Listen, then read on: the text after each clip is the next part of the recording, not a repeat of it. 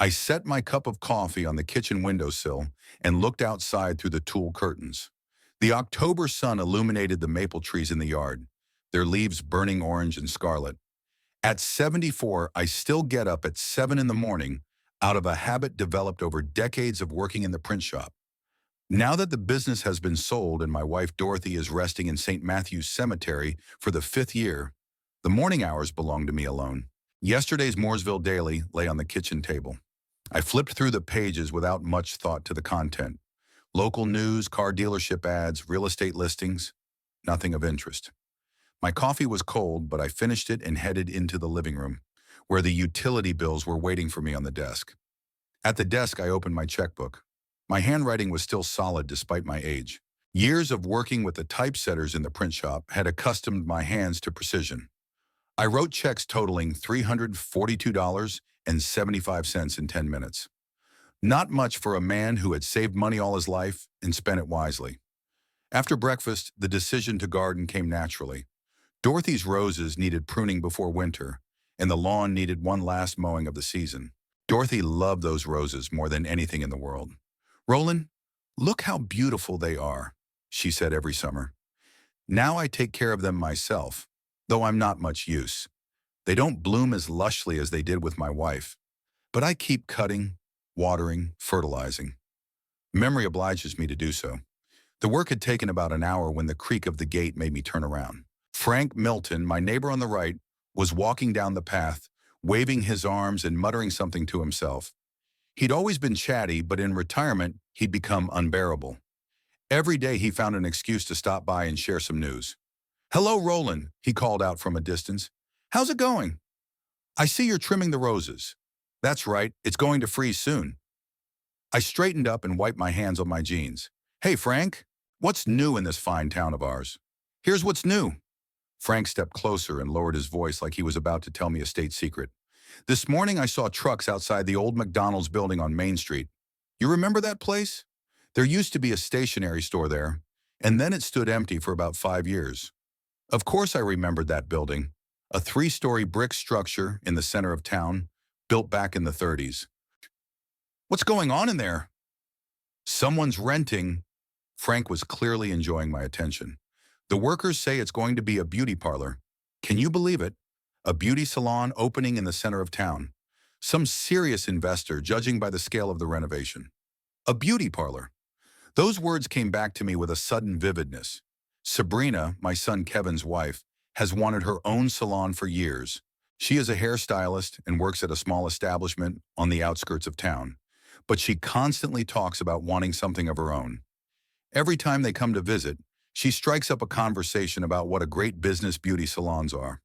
"Interesting," I said to Frank, trying to hide my sudden unease. "Who are the tenants?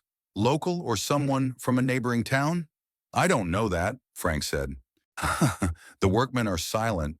Apparently they're well paid for their privacy. But judging by the amount of materials they're bringing in, it's serious. Marble for the trim, expensive plumbing, Italian fixtures. Not on a dime, that's for sure." After the neighbor left, I could not concentrate on the work in the garden. My thoughts kept returning to the words about the beauty parlor. Sabrina often complained about the lack of startup capital. "If we had 50,000 to start with, we could open a place that would have all of Mooresville coming to us," she said. Kevin always agreed with his wife, but they didn't have the money. I went back into the house and brewed myself another cup of coffee.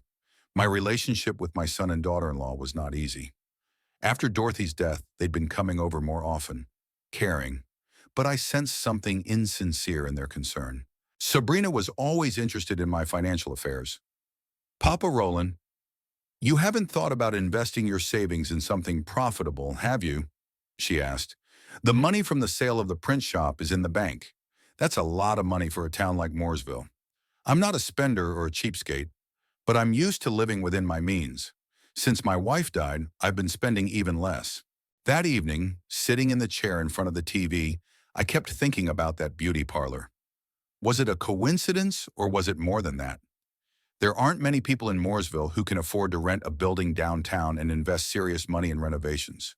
And if this is really Sabrina realizing her dream, where will they get the money from? Thinking about family, about trust, about what people are capable of doing for money occupied all my thoughts. I hope my suspicions are unfounded. I hope Kevin and Sabrina never do anything that would ruin our relationship permanently. The next day, as I brewed my morning coffee, I was still thinking about Frank's words about the beauty parlor. My thoughts inevitably returned to Kevin and Sabrina, to how our relationship had evolved over those 12 years. Memory is a strange thing. Sometimes it brings events to light as if they happened yesterday, and sometimes it erases entire periods of life without a trace. Kevin was the only child Dorothy and I managed to have after several miscarriages. My wife and I had just about resigned ourselves to childlessness when, at the age of 32, she was finally able to carry a baby boy. Maybe that's why we spoiled him too much. Dorothy especially. She was very fond of him, forgiving any misdemeanor, justifying every failure. Kevin was average in school. Not a double, but not an excellent student either. A solid C in most subjects. Teachers complained about his inattention, disorganization, inability to finish things. He would start doing something with enthusiasm, but after a week he would drop it and switch to another. In the 10th grade, he became interested in photography, bought him an expensive camera. For 3 months, he clicked everything, and then the camera was dusty in the closet. Then there was a guitar, on which they spent a lot of money, but he never bothered to learn to play.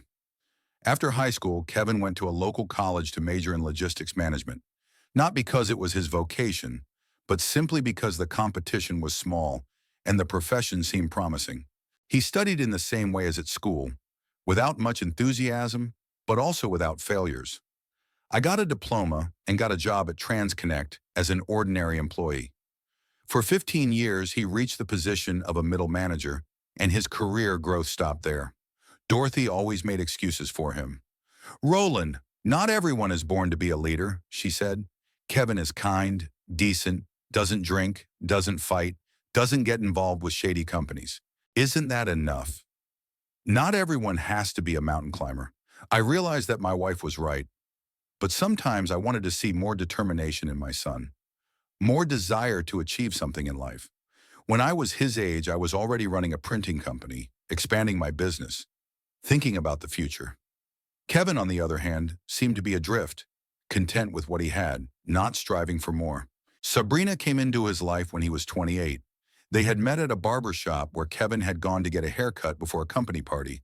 She'd been working there as a stylist for several years, 2 years younger than him, energetic, bright, ambitious, the complete opposite of my quiet and somewhat passive son.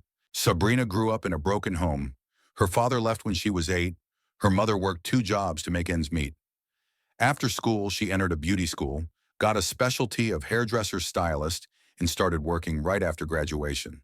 A determined girl with clear plans for the future. Unlike Kevin, she knew exactly what she wanted from life. They dated for about a year before Kevin brought her to meet his parents. I remember that night very well. Sabrina showed up in an elegant black dress, high-heeled shoes, perfect hair and makeup. A beautiful woman, no doubt about it. But from the first minutes of acquaintance, I felt in her some tension, a desire to impress at any cost. At dinner, she talked a lot about her work, her plans for the future, about her clients, about how important it is for women to feel beautiful.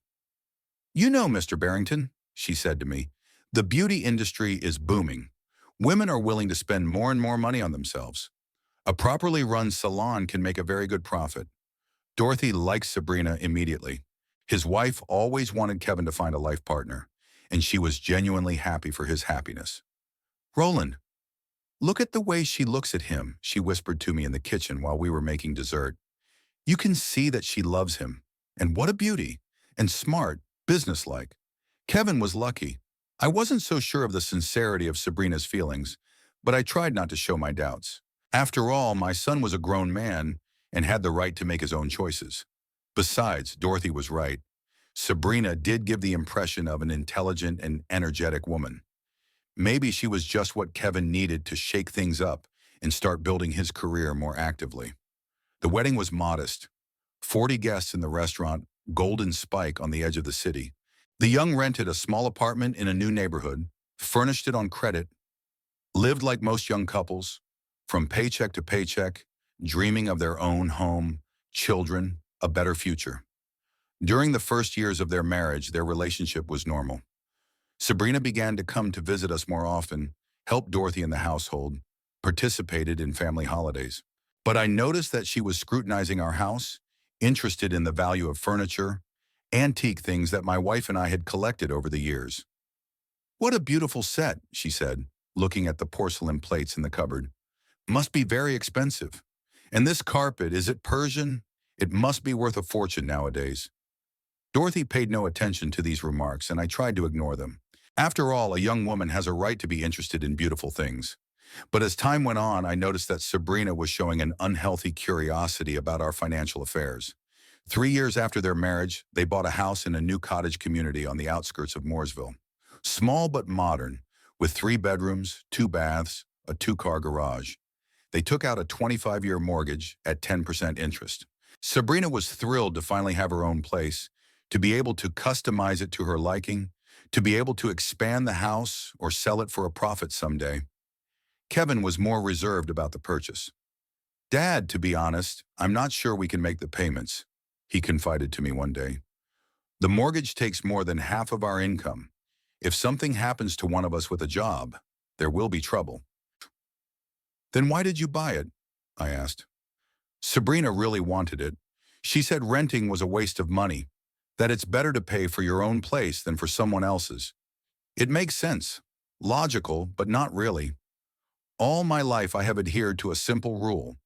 Do not spend more than you earn, and do not take on what you cannot pull. But young people nowadays live differently. Loans, mortgages, borrowing.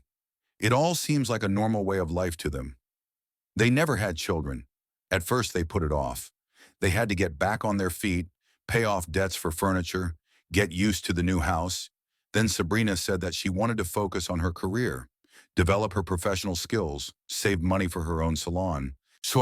Papa Roland, she explained to me during one of her visits, "This is not the time for children. We must first provide them with a decent future, not breed poverty." Dorothy was upset about the lack of grandchildren, but she didn't dare to pressure the young. "They know when to have children," she told me. "It is not our business to interfere with their plans." After her wife's death, the relationship with Kevin and Sabrina changed. They began to visit more often, more attentive to my health, my well-being, my domestic problems. Sabrina took on the role of a caring daughter-in-law, bringing prepared lunches, keeping the house clean, reminding me about doctor's appointments. But gradually I began to notice that this care was of a calculated nature. Sabrina talked about my finances too often, inquiring about my bank accounts, my pension, the value of my house. "Papa Roland, you realize we need to know about your affairs so we can help you if necessary," she said. "What if something happens? How are we going to sort through the paperwork if we don't know where everything is?" It makes sense. The son should be aware of his father's affairs. But I was confused by the tone of these conversations. Too insistent interest in specific figures, the desire to gain access to bank documents. "Maybe you could get Kevin a power of attorney," Sabrina suggested. "It would be more convenient for everyone. He could help you with financial matters, and you wouldn't have to go to the bank every time for small things." I declined, saying that I could handle my own affairs for the time being. Sabrina didn't insist, but I could see the disappointment in her eyes. And a few months ago, she brought up the subject of the will. "Papa Roland, I'm sorry for the delicate subject, but you realize that sooner or later, it will have to be decided. It's better to do it beforehand, while you're still in your right mind, than to have your relatives go through the courts." I made a will while Dorothy was still alive, but Sabrina didn't know about it. And I was in no hurry to educate her. Something told me that information about my plans for the inheritance could radically change the behavior of my son and daughter-in-law, and I wanted to observe their true motives for some time to come. Sabrina's attitude toward the house I lived in was particularly alarming to me. She often made remarks about its size, its layout, its potential value. "Such a big house for one person," she sighed. "And the lot is huge. In the center of town, real estate like this is very expensive. Maybe you should think about selling and moving to a smaller apartment.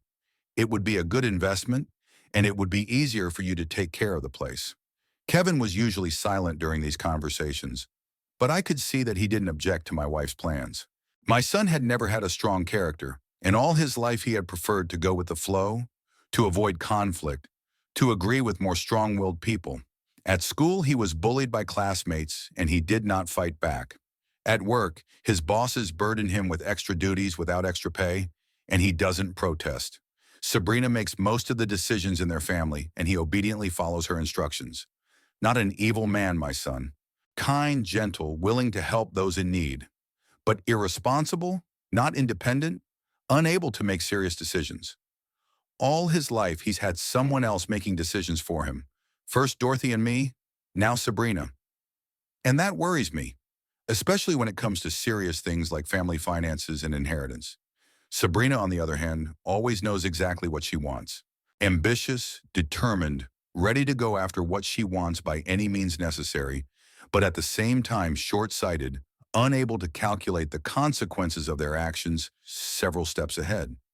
It seems to her that if she wants something very much, she has the right to claim it, and obstacles on the way to the goal perceives as a temporary inconvenience that can be bypassed or overcome. In recent months, she has become particularly active in discussing plans to open a beauty salon, brought printouts of business plans from the internet, showed photos of successful establishments in other cities, told about acquaintances who got rich in the beauty industry. Papa Roland, you realize that this is not just a whim, but a serious investment in the future, she convinced me. A beauty salon in a good location pays for itself in 2 or 3 years, and then brings stable profits for decades. Maybe she's right. Maybe a beauty parlor really is a good idea for Mooresville. But I'm confused by her certainty that I should fund the project, as if my money is a shared family resource that she has the right to manage equally with me.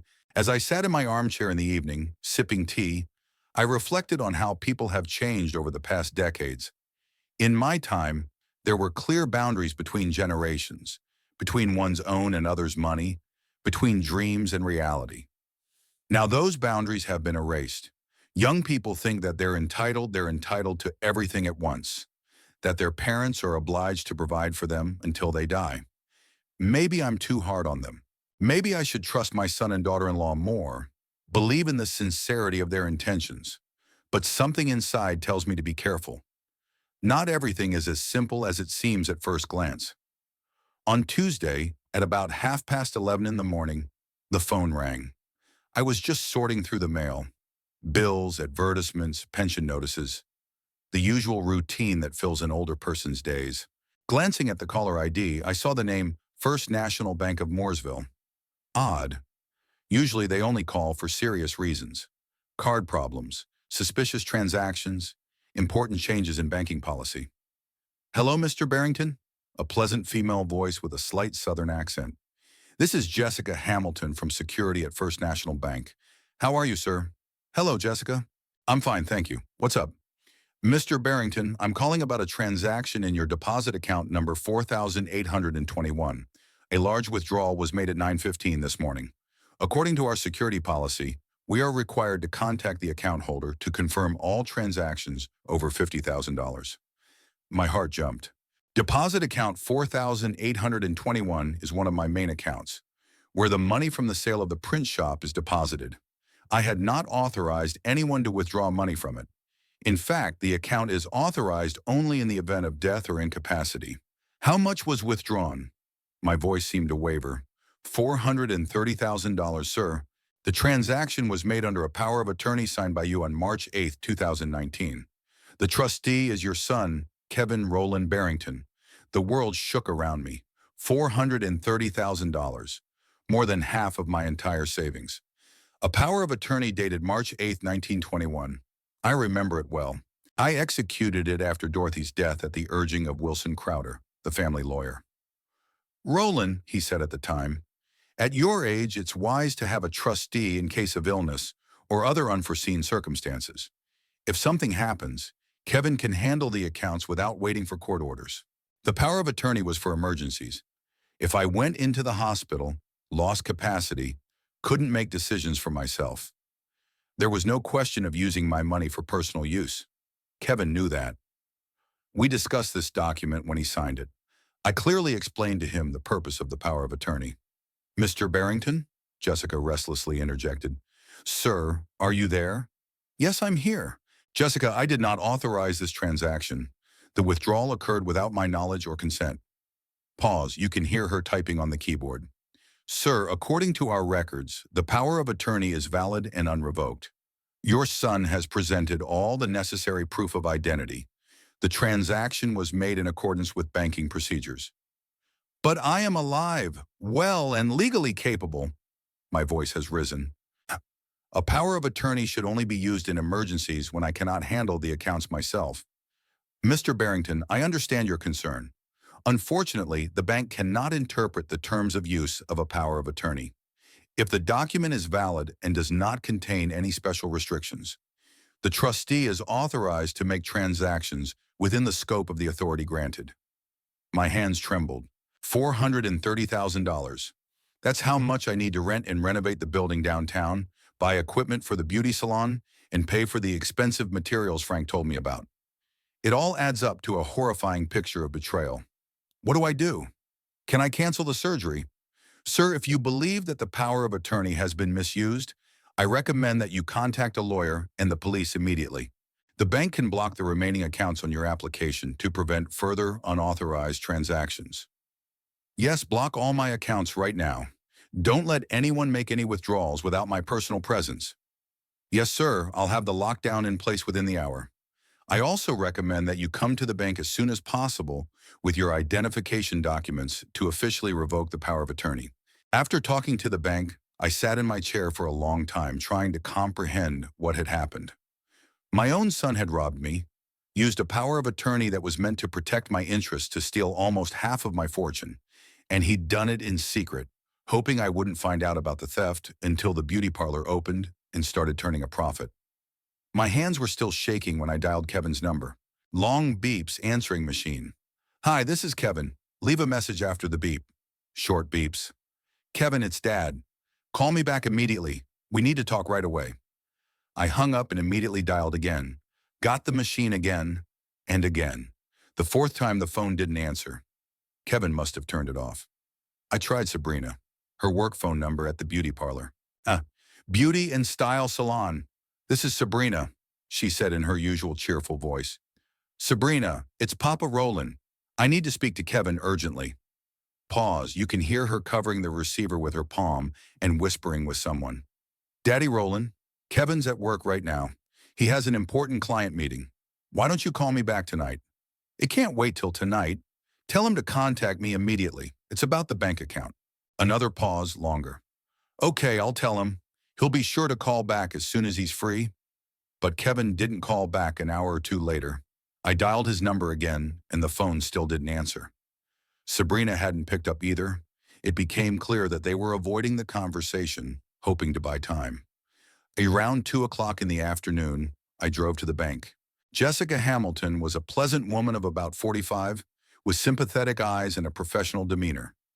She took me to a separate office, offered me coffee, and showed me all the transaction documents. Mr. Barrington, I have to tell you that technically your son did not violate banking rules, she explained, flipping through the papers. The power of attorney is properly executed, notarized, contains all the necessary details. There are no restrictions on amounts or conditions of use. But he knew that this power of attorney was for emergencies. Unfortunately, the bank cannot take into account verbal agreements between relatives. We are only guided by written documents. If you want to make a claim against your son, that's a matter for law enforcement or civil court. It took me over an hour to review the documents. Kevin's signature on all the paperwork, bank stamp, transaction time of 9 hours and 15 minutes in the morning. So he went to the bank right after it opened to get the money before I got the call from security. It's all premeditated, pre-planned. Where was the money transferred to? I asked Jessica. To the corporate account of Elbury Interiors, a company that builds and renovates commercial premises. Judging by the destination of the payment, it's a prepayment for renovation work. Elbury Interiors. Never heard of that company in Mooresville. So they hired out-of-town contractors to hide their connection to the Barrington family. Further evidence that the theft was planned with care and deliberation. I came home in a state of near shock. $430,000, more than half of all my savings, accumulated over decades of hard work. Money that should have provided me with a peaceful old age and left to my son as an inheritance, stolen by my own child to fulfill his wife's ambitions. I tried to understand the logic behind their act.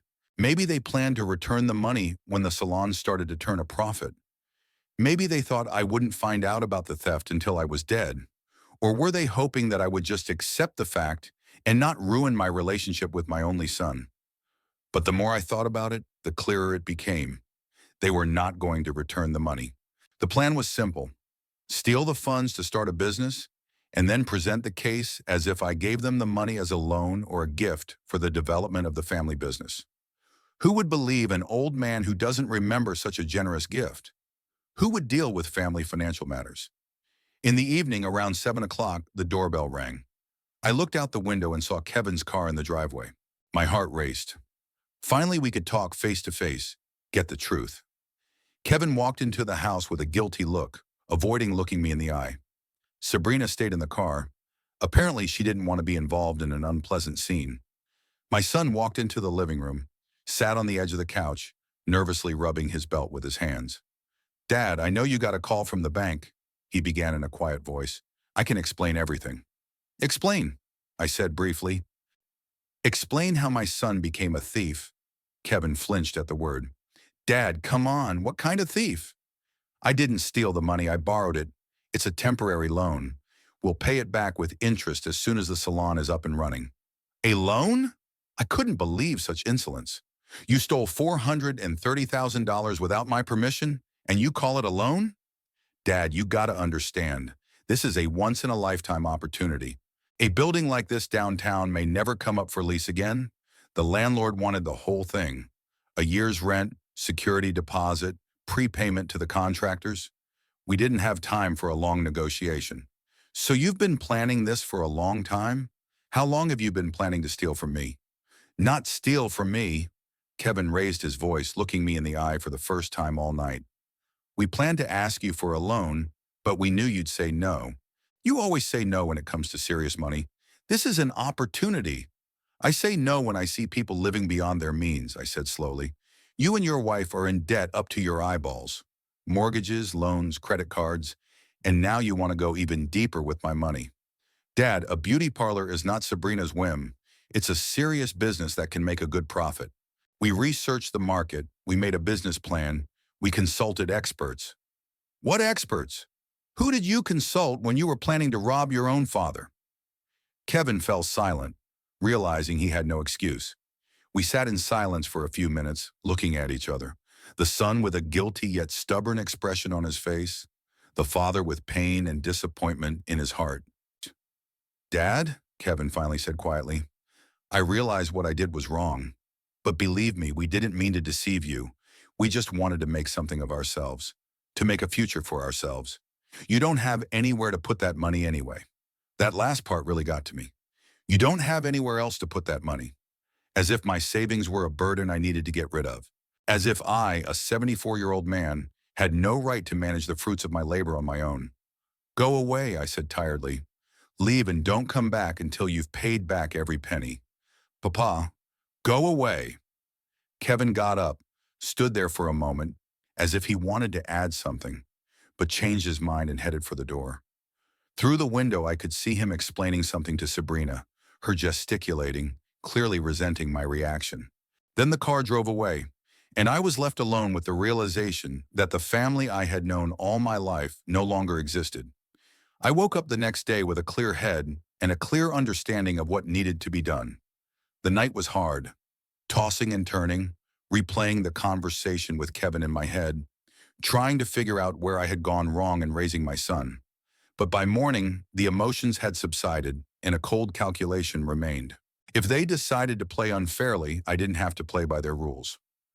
After breakfast, I got into my old Buick and drove downtown. The McDonald's building on Main Street was 3 blocks from the bank, next to the post office and the old Rialto movie theater. I parked across the street and studied the scene for a few minutes. The picture had changed dramatically since Frank had told me about the beginning of the renovation. The front of the building was covered with scaffolding.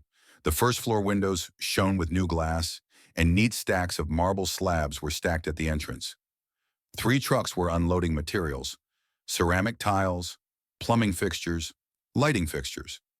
There were 12 people working, all in identical blue coveralls with the Elbury Interiors logo. I got out of the car and approached the foreman, a sturdy man in his 50s with a gray beard and attentive eyes. He stood near the entrance, studying some blueprints and occasionally giving instructions to the workers. "Excuse me," I addressed him. "I'm a local resident. I'm interested in what will be here. Have you heard a beauty salon?" The foreman raised his head from the drawings and looked at me appraisingly. "Yes, a premium class beauty salon. Big project, 3 floors, complete reconstruction. It will be one of the most modern establishments in the region." "Impressive," I said, trying to keep a friendly tone. "Who's the client? One of the local businessmen?" "A couple, the Barringtons. Young, ambitious, know what they want. Wife's going to run the salon. She's got a lot of experience in the beauty industry." Hearing my own name in that context was painful. So they're using my name to do business. They must have introduced themselves to the landlord and contractors as a wealthy family with a solid financial guarantee, thanks to their elderly typographer father. "And when is it scheduled to open?" I continued my inquiries. "We are working on an accelerated schedule. Customers are in a hurry, ready to pay extra for overtime. If everything goes according to plan, in a month we will finish the main works. Then another week to install equipment, decor, and prepare for the opening. We should be up and running in early December. That's a month or so before we open. So they're planning a gala event, inviting customers, an advertising campaign. They imagine they're successful entrepreneurs who've created a modern business on their own. And no one will know that the salon was built on money stolen from an elderly father." "It turns out to be large scale," I said, looking around the construction site. "Such repairs must be expensive." The foreman grinned. "Well, the Barrington family does not save money. Only imported materials, expensive equipment, design solutions. The budget of the project is about $500,000, but it's worth it. It's going to be a really beautiful place. $500,000. So they didn't have enough of the stolen 430,000. They had to add their own funds or take out loans. I wonder how they explained their ability to pay to the banks. Probably referred to the family capital, the support of a wealthy father." "And what will be on different floors?" I asked, feigning idle curiosity. "The first floor is the main salon, areas for haircuts, coloring, styling. 12 workstations, modern equipment. Second floor, spa procedures, massage, cosmetology. The third, administrative area, owner's office, restroom for the staff." The foreman was obviously proud of the project and was happy to tell the details. "Do you see those marble slabs over there? Italian Carrara marble. Each slab costs as much as a good car, and the plumbing is German, top of the line. The client is very demanding. She wants everything to be perfect." The client. Sabrina. So she's the one in charge of the project, making decisions, communicating with contractors. Kevin, as usual, stays in the shadows, lets his wife run things. I wonder how he feels about signing documents for money stolen from his own father. "Are the architectural permits, licenses, everything in order?" I asked. "Of course. Mrs. Barrington has been very thorough in her preparations. All the paperwork is correct. Permits have been obtained. Taxes have been paid. A professional approach. A professional approach to spending stolen money. They really thought of everything in advance. The legalities, the terms of reference, the timeline. The only thing they didn't take into account was the reaction of the robbed father." I thanked the foreman for the information and stepped aside to watch the work. The workers were working quickly and smoothly. Some were dismantling old partitions, others were installing new electrical wiring, and others were preparing the walls for finishing. A well-organized team, experienced craftsmen. You really should pay a lot of money for this kind of work. Money that Kevin and Sabrina stole from me. Every marble slab, every light fixture, every square meter of tile was paid for with my savings. The result of years of hard work, savings, smart housekeeping. And they spend that money as if they'd earned it themselves. Around 1 o'clock, a familiar car pulled up to the building. Kevin's dark blue Honda Accord. His son and daughter-in-law got out, both in business suits, files in hand. They looked important, self-assured, successful entrepreneurs overseeing the construction of their business. I quickly got into the car and drove away to a safe distance from where I could watch but remain unnoticed. Sabrina was gesticulating vigorously, explaining something to the foreman, pointing to blueprints, pointing to various interior details. Kevin stood beside her, nodding occasionally, but it was obvious that the initiative belonged entirely to his wife. They stayed at the construction site for about 40 minutes. Sabrina photographed the progress of the work on her phone, made notes in her notebook, negotiated with the workers. Then they got into the car and drove off in the direction of the bank. They must be solving financial issues, paying contractors extra, arranging additional services. I stayed in the car for a while, thinking about what I had seen. The picture became crystal clear. Kevin and Sabrina hadn't just stolen my money. They'd built a massive business plan around it. The beauty salon should become their main source of income, a way to rise to a new social level, to ensure financial independence. And they truly believe they are right. In their understanding, the old father simply does not understand the prospects of modern business, clinging to money, which anyway he does not need. And they, young and energetic, are able to use these funds wisely to create jobs to benefit the city. In the evening, at home, I sat down at my desk and began to draw up a plan of action. It is impossible to simply return the money. It was invested in repairs, spent on materials and work. Should I sue my own son? Theoretically possible, but long, expensive, and morally difficult. In addition, they can claim that the money was given voluntarily in the form of a family loan or gift. No, we need a different solution, a more elegant one, a fairer one. They want to play business with my money? Let them learn what real business is, with its risks, its competition, its unexpected twists and turns. The first thing I did was call an old acquaintance of mine, Wilson Crowder. Wilson has been a family lawyer for 30 years, handling the affairs of several generations of Mooresville families. He was the one who helped me draw up my will after Dorothy died, who drew up that unfortunate power of attorney for Kevin. Roland, he was glad I called. How are you? It's been a while. Wilson, there's a problem with the power of attorney we made for Kevin. He's been misusing it. Tell me more about it. I laid out the whole situation. The money theft, the beauty parlor, my son's refusal to explain his actions. Wilson listened attentively, sometimes asking clarifying questions, making notes. I see, he said at the end. Technically, Kevin did not violate the terms of the power of attorney because we did not include restrictions on its use. But in fact, it's a breach of trust, especially considering the amounts and purposes of the spending. What can be done? Several options. First, revoke the power of attorney immediately to prevent further abuse. I can do that tomorrow. Second, file a lawsuit to recover the funds. There's a chance of success, but it would be a long and public process. Are there any other options? There are. We could try to settle the matter out of court, send an official notice of demand to return the money, threaten a lawsuit. Sometimes it works better than actual litigation. We agreed to meet tomorrow morning to discuss the details. Wilson promised to prepare all the necessary documents and develop a strategy of action. The next call I made was to the bank, Jessica Hamilton. Jessica, this is Roland Barrington. Can you provide me with full details of exactly where my money was transferred to? Of course, Mr. Barrington. I have all the details of the recipient, Elbury Interiors, their bank details, contact details. I can email it to you or give it to you in person. Send it to the post office. And one more question. Can you find out if this company was previously associated with my son or daughter-in-law? Officially, no. Bank secrecy. But unofficially, I can tell you that the Elbury Interiors account was opened recently, just a month ago. And your payment is one of the first major deposits into it. That's interesting information. So, Elbury Interiors is not an old established company, but a newly formed firm. It's likely that Kevin and Sabrina specifically found a contractor who would be willing to work their way, get a large upfront payment, get the job done quickly, and ask no questions. In the evening, I made a few more calls to the city administration, to the licensing authorities, to the tax office.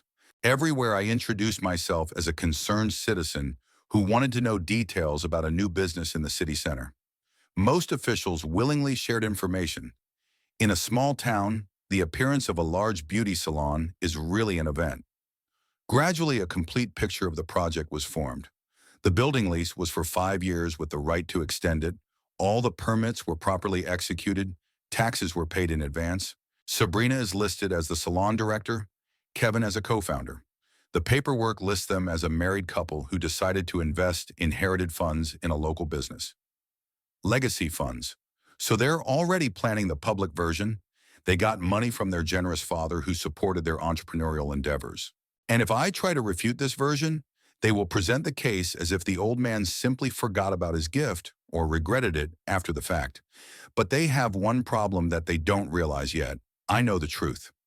I remember every penny of my money and every circumstance of its transfer. And I have time to prepare for when they announce the grand opening of the salon. As I made my plan for tomorrow, I felt a strange calmness.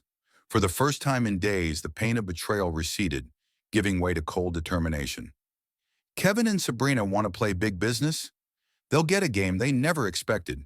But the rules will be set not by a greedy daughter-in-law or a gutless son, but by a man who has built his business with honest labor and knows the value of every dollar. In the morning, I met Wilson Crowder at his office on Church Street. The law office was housed in an old 19th century mansion that smelled of leather bindings and expensive tobacco. Wilson received me in his office, which was filled with files and legal reference books. Outside the window, I could see the tops of maple trees, their leaves almost completely fallen after the recent frost. "Roland, I've been thinking about your situation all night," said the lawyer, pouring coffee from an antique silver set. "It's a delicate case, but it's solvable. The key is to get the strategy right." Wilson laid out several documents on the table: a copy of the power of attorney, bank statements, certificates from the city administration about the registration of the beauty salon. All this information he had gathered in one morning using his professional connections. "Technically, your son has not committed a crime," explained the lawyer, pointing to the text of the power of attorney.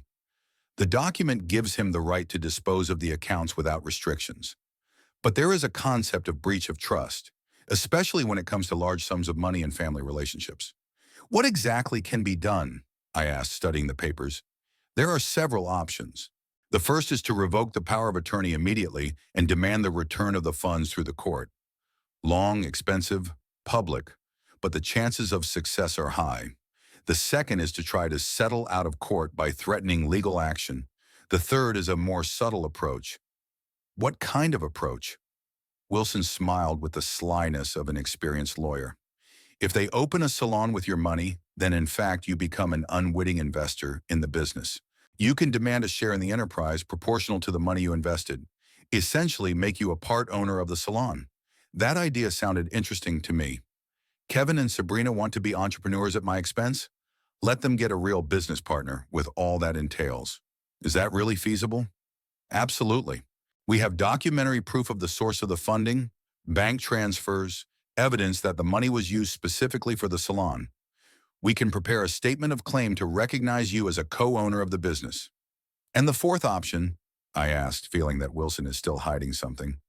"The fourth is the most elegant." The lawyer leaned back in his chair. "Wait until the grand opening of the salon and publicly declare your rights to the business. With witnesses, with documents, demanding immediate settlement of the situation, the effect would be maximized." I like the idea of public exposure. Kevin and Sabrina are planning a grand opening, inviting guests, presenting themselves as successful entrepreneurs. And then the robbed father shows up with documents proving that their entire business was built on theft. "But it won't hurt my reputation." "On the contrary," Wilson assured me, "you'll look like a victim of family fraud who fights for justice. Public opinion will be on your side, especially if you present the case in the right way." We discussed the details of each option, weighed the pros and cons of different approaches. In the end, I chose a combined strategy: prepare all the documents for the court, but first try to resolve the issue publicly during the opening of the salon. If Kevin and Sabrina agree to an amicable settlement, good. If they don't, we go to court. "It'll take me a few days to get all the paperwork ready," Wilson said. "A statement of claim, a claim for co-ownership, a damage calculation with interest. In the meantime, find out the exact date the salon will open." From the law office, I went to the bank to Jessica Hamilton. She's already prepared a full set of documents on the theft. bank statements, copies of transfers, information on the recipient of the funds, all neatly filed, sealed, ready for court. Mr. Barrington, Jessica said, handing me the folder, I also contacted Elbury Interiors. Technically, they can't disclose client information, but unofficially they've confirmed that they're doing a major renovation job on a beauty salon in downtown Mooresville. But what about themselves? How long has this company been in existence? Registered 2 months ago in a neighboring state. Minimal capital stock, no office, just a P.O. box. It's a typical fly-by-night firm for one-off projects. The picture was getting clearer and clearer. Kevin and Sabrina found a contractor who agreed to work on their terms, get a large upfront cash payment, get the job done quickly, no questions asked about the origin of the money. Once the project was completed, Elbury Interiors would probably disappear, leaving minimal trace. Jessica, can you freeze all transactions on this transfer? Seize the funds? Unfortunately, the money's already been spent, but I can send a formal request to the recipient's bank for an itemization of all transactions. This will help to prove that the funds were really used to repair the salon. After the bank, I stopped by Frank Milton's. The neighbor was just hosing down the lawn and was happy to be distracted by the conversation. Roland, how's it going? Did you hear the news about the beauty parlor? What new? I asked, feigning interest. So big. I passed by yesterday, so there is already half of the first floor is decorated with marble. The beauty is indescribable. And the equipment they're bringing in, chairs like in a spaceship, dryers the size of refrigerators. They're not saving any money. When do they plan to open? I hear it's the first weekend in December. They're going to organize a big celebration, invite all the important people of the city, the mayor, deputies, businessmen. They've already booked ads in the paper and on the radio. The first weekend in December is the 7th and 8th, so I have about 3 weeks to prepare. Enough time to collect all the necessary documents, to think through a plan of action, to prepare morally for a confrontation with my son and daughter-in-law. Who are the owners of the salon? I continued my inquiries. A young couple, last name Barrington. Husband works in logistics. Wife's a hairdresser. They say they're very ambitious, want to make Mooresville the beauty center of the region. Frank obviously didn't know I was related to the salon owners. I wonder how many people in town know the truth about the financing of the project? Surely Kevin and Sabrina must be spreading the version of family support, that their elderly father helped them start the business. At home, I sat down at my computer and started gathering information about beauty salons as a business. It turned out that the industry is really profitable, but requires serious initial investment and professional management. The average salon pays for itself in 2 to 3 years, provided the correct organization of work and a constant flow of customers. I studied the price lists of competitors, analyzed the market of cosmetic services in Mooresville and neighboring cities, estimated the potential profitability of the enterprise. In an optimistic scenario, the salon could bring up to $100,000 of net profit per year. Not bad for a small town, but all these calculations were based on the assumption that the business will be managed by professionals. And what if the owners do not cope with the administrative tasks? What if they overestimated the demand for expensive cosmetic services in Mooresville? What if competitors start a dumping war? That evening, I called my old acquaintance, Gerald Roten. Gerald owns a chain of 3 beauty salons in neighboring towns, a man with 30 years of experience in the industry. We've known each other since high school. We're friends. We meet at our class graduation parties. Roland! He was happy to get the call. I haven't heard your voice in a long time. How are you? Gerald, I have a delicate request. Can you advise me on the beauty business? Sure. You've decided to change careers? He laughed. Not exactly. My son and his wife are opening a salon in Mooresville. I'd like to understand their business prospects. I told Gerald the general concept of the salon: 3 floors, premium segment, Italian materials, German equipment. The budget of the project is about $500,000. Plans to attract clients from all over the region. Ambitious, Gerald said thoughtfully. But there are a few problems. First, the premium segment in a small town is a risk. There may not be enough customers to recoup such an investment. Secondly, competition. If the project is successful, others will quickly copy the concept. And what about management? I asked. Sabrina has been a hairdresser for 12 years. but she's never run a big business.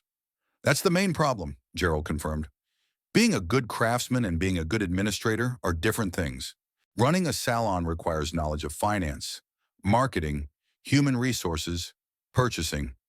If your daughter-in-law doesn't have experience in these areas, there could be serious difficulties. After talking to Gerald, I made a list of potential risks to Sabrina's salon.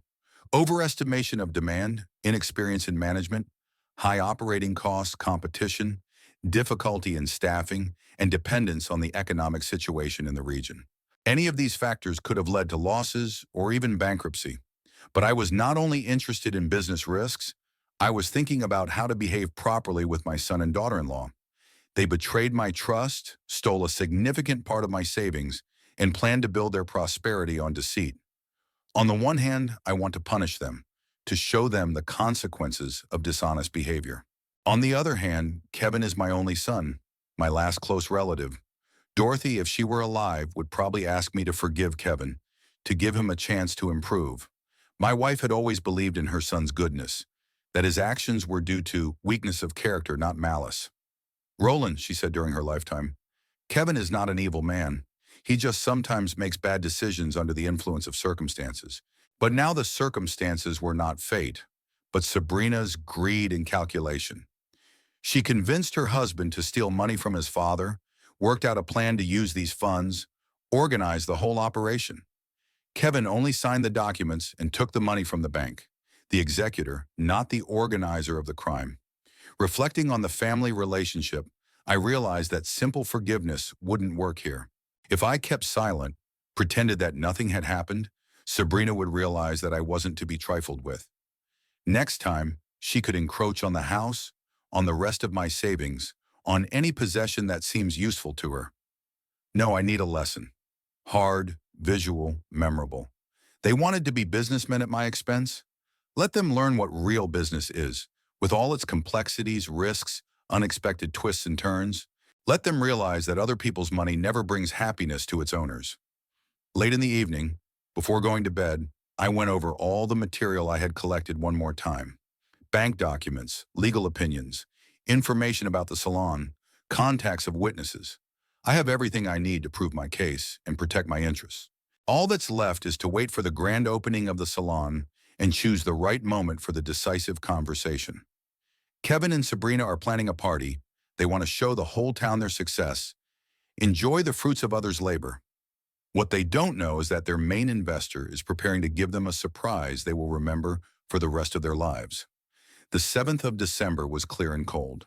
I woke up early, around 6 in the morning, even though the grand opening of the salon was not until 7 in the evening. The whole day was to be spent waiting, and I decided to make the most of it, to check all the documents once again, to make sure that the plan of action had been thought out to the last detail. After breakfast, I reread the statement of claim that Wilson Crowder had prepared, a clear, legally competent document on 7 pages, which detailed the circumstances of the theft of money, presented evidence of illegal use of power of attorney, formulated the requirements for the return of funds, and the recognition of me as a co-owner of the salon. The lawyer had done a good job. There was no quibble with the text. At 10:30, I got a call from Jessica Hamilton at the bank. Serenity, Mr. Barrington, I received a reply to our inquiry about the movement of funds on the account of Elbury Interiors. The information confirms that your money was used solely to pay for renovations to the Main Street building. Thank you, Jessica. That's important information for the case. I'd also like to inform you that yesterday, your son tried to get information about the blocked accounts. Of course, we didn't tell him, citing bank secrecy, but he seemed worried. So Kevin realizes I'm taking action. He must have told Sabrina about the visit to the bank, and they're guessing that today's opening might not go as smoothly as planned. Good. Chuckles.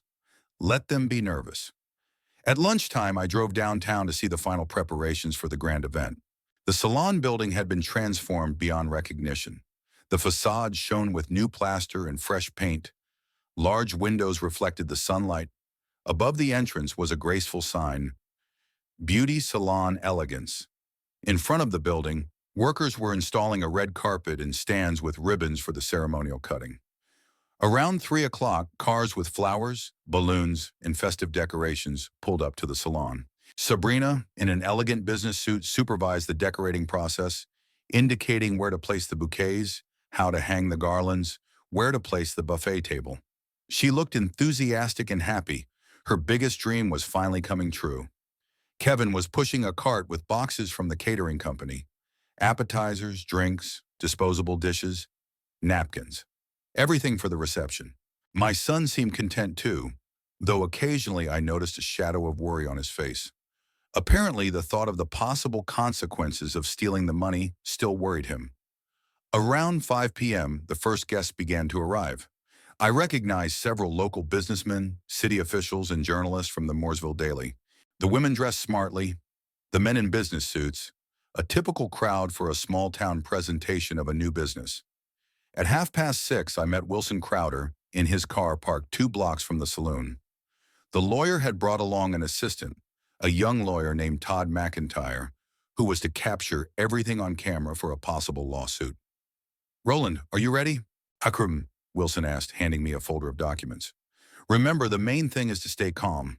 No emotions, just facts. You have every right to demand an explanation for your money." "Ready," I replied, checking the contents of the folder. "What if they refuse to talk in front of witnesses? Then we'll just make the case public. You have all the evidence. Bank statements, transfer documents, city records. There's no point in denying it." Todd set up a video camera and a recorder. "Mr. Barrington, I'll be recording the entire conversation with your family. It'll be helpful in the event of a lawsuit, but be sure to speak clearly and loudly." At 7 p.m., the area in front of the saloon was filled with guests. 70 people, maybe more. Sabrina gave a welcome speech, talked about the concept of the salon, and thanked everyone who had helped with the project. She mentioned the support of her family, her husband's understanding, her faith in the success of the endeavor. Not a word about where the money for such an expensive renovation came from. Then Kevin took the floor. He talked about the importance of small business development, job creation, and how nice it was to see the downtown transformed. My son looked excited but pleased. It was probably the first time in his life that he felt like a significant figure, a successful entrepreneur. When the speeches were over, the guests broke into groups and began to look around the salon, tasting the treats, discussing what they had seen. The atmosphere was festive. People sincerely admired the result of the renovation. Indeed, the salon turned out to be impressive, expensive, stylish, modern. I waited another 10 minutes to give the guests a chance to relax, and then together with Wilson and Todd, I headed for the entrance to the salon. A few people recognized me. In a small town, faces are out in plain sight, especially if you've owned a notable business for years. "Roland Barrington!" exclaimed the mayor of the town, Harold Fincher, shaking my hand. "What a pleasant surprise. I didn't know you were coming to the opening of the salon." "I have a reason for attending this event," I said, trying to speak loud enough for those around me to hear. "I need to talk to the owners of the salon about a business matter." The mayor looked intrigued, but didn't ask for details. Meanwhile, one of the guests had already informed Kevin and Sabrina of my arrival. They were standing at the buffet table, whispering about something, occasionally glancing in my direction. I approached them, holding a file folder in my hand. Wilson and Todd walked beside me, attracting the attention of the guests. The conversations gradually died down. People sensed the tension and waited for events to unfold. "Kevin, Sabrina," I said in a calm voice, "I need to talk to you. It's about the financing of this salon." Sabrina was the first to come to her senses after a moment's stupor. "Papa Roland, what a pleasant surprise. We didn't expect to see you. Come in, help yourself, and see what we've done." "I've already seen it," I replied. "Very impressive, especially considering that it was all built with my money." There was silence. The guests stopped talking and turned to look at us. Kevin paled, Sabrina tensed, but tried to keep a smile on her face. "Dad, what are you talking about?" My son tried to intervene. "Let's discuss this at home, as a family." "No," I said firmly. "Let's discuss it here and now, in front of witnesses. Kevin, you used a power of attorney to steal $430,000 from my bank account. That money was used to renovate and equip the salon we're in now." Several of the women gasped. The men looked at each other in bewilderment. A journalist from the local newspaper took out a notebook and began to take notes. The atmosphere of celebration instantly evaporated. "Papa Roland, you're wrong," Sabrina tried to save the situation. Kevin didn't steal the money. You gave it to us as a loan for the development of the family business. Remember our conversation a month ago? There was no conversation, I said, and I didn't give you a loan. Wilson, show me the documents. The lawyer opened a folder and took out bank statements. This records all transactions in Mr. Barrington's account. On November 7th, at 9 hours and 15 minutes, his son withdrew $430,000 without the permission of the account holder. The money was transferred to Elbury Interiors to pay for the renovation of this building. The crowd of guests drew tighter around us. People were looking over each other's shoulders, whispering, speculating. Kevin and Sabrina were at the center of a scandal that was ruining all their plans. It's a family misunderstanding, one of Sabrina's friends tried to intervene. There was no need to make a big deal out of it. The theft of $430,000 is not a family misunderstanding, Wilson objected. It's a serious crime regardless of family ties. We'll get it all back, Kevin shouted. Dad will pay it back with interest as soon as the salon is profitable. When exactly? I asked. A year from now? In 2 years? 10 years from now? What if the salon goes bankrupt? What if you fail to manage the business? Sabrina could no longer keep her composure. Roland, what are you doing? You're ruining your own son's future. This is our chance to rise up, to create something meaningful. At my expense, I replied harshly. Without my permission, fraudulently. You stole my savings and now you want me to keep quiet for your convenience. The mayor of the city came closer, clearly trying to understand the essence of the conflict. The reporter continued to record every word. Todd filmed everything on his camera. The scandal was going public, just as I'd planned. Dad, Kevin said in a pleading tone, please, let's talk in private. I'll explain everything, and we'll find a solution that works for everyone. The explanation should have been given a month ago when you stole the money, I said. Now it's too late for family negotiations. Wilson pulled out another document. Mr. Barrington demands to be recognized as a co-owner of the salon in proportion to the money invested, or a full refund of the stolen money within 30 days. Otherwise, the case will be taken to court. Co-owner? Sabrina couldn't believe her ears. You want to take our business away from us? I want my money back, I replied. Either in cash or in the form of a share in the enterprise that was built with my money. That's fair. The festivities finally turned into a public scandal. The guests began to leave, many looking at me sympathetically, some shaking their heads at Kevin and Sabrina. The salon's grand opening was hopelessly ruined. Mashwananam, we'll think about your offer, Sabrina said in a squeezed voice. But this is not the moment or the place for that kind of talk. On the contrary, Wilson argued, this is exactly the right place to tell the truth. Here the stolen money has been spent. Here justice must be done. The last guests hurried out of the salon. Only we, a few of Kevin and Sabrina's close friends, a journalist, and a couple of other curious people remained. The party was over before it had even begun. When the last curious guests left the salon, only a handful of people remained in the room. Kevin and Sabrina stood near the buffet table, as if unsure of what to do next. Their faces expressed a mixture of confusion, anger, and fear. A gala evening that was supposed to be a triumph of their entrepreneurial ambitions had turned into a public humiliation. Wilson Crowder methodically laid out documents on one of the tables, turning the festive space into a makeshift office for business negotiations. Todd McIntyre kept filming the proceedings, capturing every movement, every word. A reporter from the Mooresville Daily sat in the corner and wrote down the details of the scandal in his notebook. Dad, Kevin finally broke the silence, can we at least have a private conversation? This is a family matter. It was family until you stole my money, I said, sitting down at the table across from them. Now it's a criminal case, and witnesses are essential. Sabrina clenched her fists, trying to keep her emotions in check. Roland, do you realize what you're doing? You're destroying our life's dream. We have invested not only your money in this project, but also our strength, time, hopes. My money stolen without authorization, I clarified, and your efforts and time do not give the right to steal. Wilson raised his head from the documents. Let's analyze the situation in order. On November 7th, 2024, at 9:15 in the morning, Kevin Roland Barrington used a power of attorney to withdraw $430,000 from his father's account.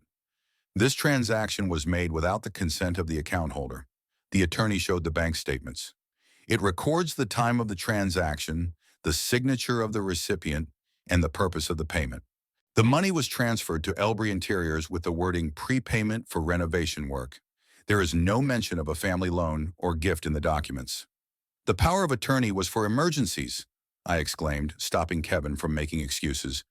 In case of illness, hospitalization, incapacity, not to finance your wife's business projects. Kevin lowered his head, unable to meet my gaze. Dad, I realized what I did was wrong, but we were confident that the salon would pay for itself quickly, and we could return the money with a profit. It's an investment in our family's future. An investment implies the consent of the investor, Wilson interjected. We're dealing with embezzlement here. The law considers that to be grand fraud. Sabrina jumped up, unable to hold back any longer. Enough! Enough of this farce! Roland, you know very well that sooner or later, you would have left the money to Kevin as an inheritance anyway. We just took it a little earlier to create a stable business. A little early. I couldn't believe the audacity of it. You decided for me when to die and how to dispose of my property? We decided not to wait for nature's favor, Sabrina snapped at me. You live alone in a huge house, your money lying dead in the bank. And we are young, energetic. We can create something useful for society. Wilson shook his head. Mrs. Barrington, such reasoning is invalid.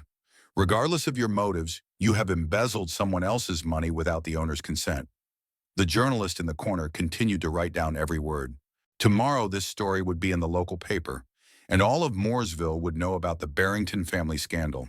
Kevin and Sabrina's reputation as a successful businessman would be completely ruined. Dad, Kevin said in a pleading tone, tell us what you want us to do. We're willing to do whatever it takes to settle this peacefully. I pulled out another document from the folder Wilson had prepared. Here are my demands. Either you return the stolen $430,000 within 30 days, or I become a co-owner of the salon with a share proportional to my investment. What share? Sabrina asked in horror. The total cost of the project is about $500,000, explained the lawyer. $430,000 is about 86% of that amount. Accordingly, Mr. Barrington is entitled to 86% of the venture. 86%? Sabrina turned pale. That means that the salon will effectively become yours, and we will become employees in a business of our own. A business built with my money, I reminded her. And if you wanted to be the owners, you should have asked permission before you went into my pocket. Kevin clutched his head. Dad, that's impossible. We can't pay back that much money in a month. We don't have that kind of money. And to work under your supervision, Sabrina would never agree to that. Then there's a third option, Wilson said, pulling out the last document. Mr. Barrington will sue for nullity and damages. In that case, the saloon could be seized and sold to cover the debt. Seized? Sabrina gasped. You want to destroy our business on the first day of its existence? I want my money back, I said firmly, and how you do it is your choice. Wilson spread some more documents on the table. Here are applications to the court, to the prosecutor's office, to the IRS. We've also prepared a motion to seize the salon's property to secure the lawsuit. If Mr. Barrington signs these papers, a formal investigation will begin tomorrow morning. Todd continued to film what was happening, not missing a single detail of the confrontation. The camera captured Kevin's confusion, Sabrina's rage, my intransigence, the lawyer's professional coldness. All of this footage would be evidence in court if the case went to trial. Roland, Sabrina tried one last time to reason with me. Think of the family's reputation. If this story goes to court, the whole town will be talking about our problems. Do you really want that kind of publicity? The publicity started today, I said, nodding at the journalist. Tomorrow the whole story will appear in the newspaper. You ruined the family's reputation when you decided to become thieves. Kevin raised his head and looked at me with sudden anger. Thieves? Dad, you're just a greedy old man who clings to money like it's the last thing he needs. Mom was right when she said you were too stingy. Don't you dare mention your mother as an excuse for stealing, I flared up. Dorothy would never have approved of what you did. Sabarsharam. Mom always said that a family should support each other, Kevin continued. and you've turned into an embittered cheapskate who's willing to destroy his own son for money." Wilson stood up, signaling that the negotiations were at an impasse. "Mr. Barrington, I'm afraid there's no peaceful resolution to this conflict. Your relatives are not ready for a constructive dialogue." "Not ready?" Sabrina exploded. "We've offered compromises. We are ready to return the money in installments, to give interest, to share the profits. But you want to take away our entire business." "Your whole business is built on my money," I reminded her. "If you had asked for a loan honestly, we could have negotiated reasonable terms. But you chose the path of deceit." The journalist closed his notebook and headed for the exit. He had more than enough material for the article. "Tomorrow the whole of Mooresville will know that the grand opening of a new beauty parlor ended in a family scandal with accusations of grand larceny."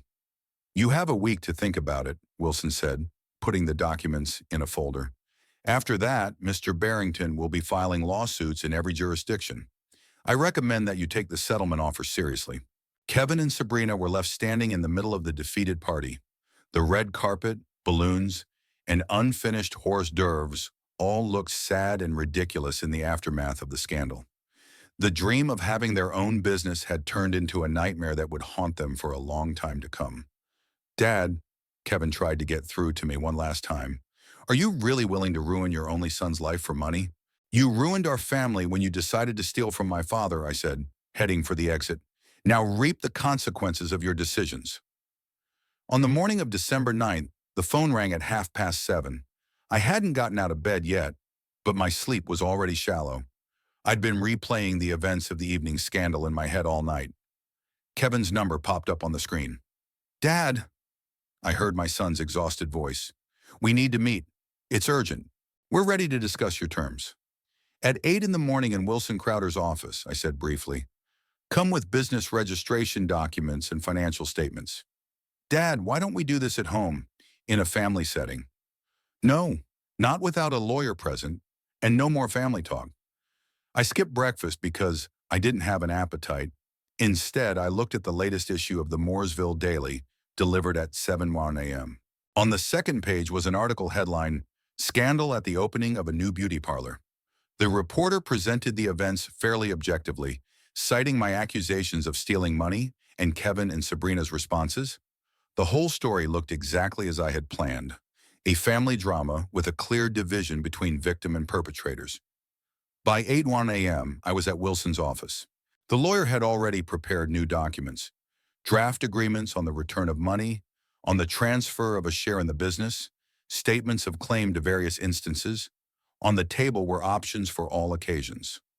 "Roland," Wilson said, pouring coffee, "I think they'll agree to an amicable settlement. The scandal in the newspaper frightened them. Plus, they realize that a trial will cost more than any compromise. And if they don't, then we file lawsuits. We have ironclad evidence. We'll win the case without any problems. But it could take months, and the salon could go bankrupt in the meantime." Kevin and Sabrina showed up at 8, sharp-looking, terrible. Her son was gaunt, having lost weight overnight, his eyes red from sleeplessness. Sabrina tried to hide her fatigue under a layer of makeup, but the tremors in her hands betrayed her nervousness. They brought in a folder of papers and sat across from us with the look of condemned men. "We read the paper," Sabrina began in a shaky voice. "The whole town now knows about our problems. Customers are already calling and canceling appointments. Vendors are demanding prepayments instead of deferrals. We're on the verge of collapse before we've even started." "It's a natural consequence of stealing," I replied without sympathy. "Reputation in business is more important than money." Kevin put the registration papers for the salon on the table. "Dad, we agree to your terms. Take 86% of the business, but give us the opportunity to work, earn money, and gradually buy back the share." Wilson studied the papers he brought. "The salon is registered as a limited liability company. The authorized capital of $100,000 divided equally between the spouses, but the actual investment was almost $500,000. So, my client has the right to re-register shares in proportion to the actual investment," continued the lawyer. "86% of the shares go to Mr. Barrington, and 14% stay with you." Sabrina swallowed convulsively. 14%? Does that mean we effectively become salaried employees in our own salon? A salon built with stolen money, I clarified. And that's still a lenient punishment. I could have demanded a full confiscation of the property. But we have invested our efforts, time, experience. Sabrina tried to protest. The whole design, the layout, the concept, it's our work. Your work is valued at 14% of the value of the business, Wilson replied coldly. Considering that the fixed assets were criminally obtained, that's a fair estimate. Kevin clutched his head. Dad, can't we find a compromise? We're family. Is money more important than family? When you stole my savings, were you thinking about family relationships? I asked you. When you were planning to open the salon, did you remember that you stole from your father? We did not steal, Sabrina flared up. We borrowed money, temporarily, with the intention of paying it back. Unsolicited, secretly, fraudulently, Wilson listed. That's the classic definition of theft, regardless of your intentions. The negotiations went on for 2 hours. Kevin and Sabrina tried to bargain, asking for a reduction in my share, offering various schemes for a gradual return of the money. But I remained adamant. 86% of the business or full compensation through the court. There were no other options. Okay, Sabrina finally gave in. We agree to your terms, but with one requirement: you do not interfere in the operational activities of the salon. We continue to manage the business, make decisions on hiring, pricing, marketing. That's negotiable, I agreed. But on the condition that I get full financial control. All income and expenses go through me. No spending without my approval. Wilson began to prepare an agreement for a new division of shares in the business. Kevin and Sabrina sat in silence, realizing that their entrepreneurial dreams had been shattered by reality.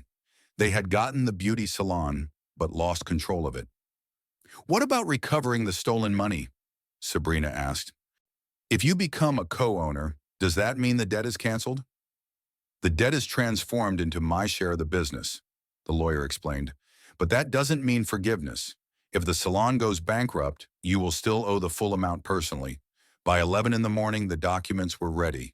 The agreement to re-register the shares, the new articles of incorporation, the agreement on the terms and conditions of managing the salon. Kevin and Sabrina signed the papers with the look of people signing their own verdict. There is one more question, I said, when the formalities were completed. The name of the salon. I don't like elegance. It's too flashy for an establishment built on theft. Sabrina flinched. You want to change the name? But we've already ordered advertising, signs, business cards. You'll have to order new ones, at your expense. The salon will be called Family Style. It's a more honest reflection of its origins. After we signed the paperwork, we left. Kevin and Sabrina left without saying goodbye, without even looking in my direction. They'd learned a harsh lesson about the consequences of dishonesty, but I doubted they'd internalized it. More likely, they just held a grudge and would consider me a hard-hearted old man. In the evening, I sat at home in my chair and thought about what had happened. Justice had been served. The stolen money had been returned to the owner in the form of a share in the business. Kevin and Sabrina were able to work and earn money, though under my control. Technically, everyone benefited, but the family no longer existed. Kevin would not forgive me for the public humiliation, the destruction of his entrepreneurial plans, the loss of his status as a successful businessman. Sabrina would hate me for turning her from a salon owner into a subordinate. Our relationship is ruined for good. The next day, I got a call from Frank Milton. Roland, I read in the paper about your marital problems. How's it going? Need any help? Thank you, Frank. It's all been resolved. Justice has been served. What about your relationship with your son? You're practically business partners now. Business partners, yes, I agreed. But not family. Family ended the moment they decided to steal from me. A week later, the family-style salon opened to the public. There weren't many customers. The scandal in the newspaper had scared away many potential customers. Sabrina worked with a somber look. Kevin rarely showed up and looked depressed. The atmosphere in the salon was tense. I began receiving weekly financial reports. Revenues were about a third of what they had been projected to be. Expenses exceeded revenues, and the prospect of a return on investment was uncertain. Maybe in a year or two, the salon would start making a profit. Or maybe it will go bankrupt even sooner. But that's not my problem. I recovered the stolen money, taught the dishonest relatives a lesson, restored justice. The Barrington family no longer exists, just a business partnership with clear roles and responsibilities. Dorothy would surely have been upset to learn of the severing of her relationship with her only son. But she didn't know what Sabrina was capable of for money or how easily Kevin succumbed to other people's influence. Sometimes the price of family peace is too high to pay. In the evenings, I sit in the same chair, drinking the same tea, watching the same news. Life hasn't changed outwardly, but it's empty inside. There are no more Sunday lunches with relatives, no plans for a common future, no illusions of family unity. There is only justice, which turned out to be more expensive than love. But I couldn't do anything else. To allow Kevin and Sabrina to steal my money with impunity would be to consent to further abuse. Today they took $430,000. Tomorrow they would claim the house. The day after that, the rest of my property. Somewhere a boundary had to be set. I set that boundary. Clearly, firmly, definitively. The family was over. The business began. And in this business, I control 86% of the stock, which means I make the key decisions. Kevin and Sabrina can work and make money under me, or they can find another use for their talents. The choice is theirs.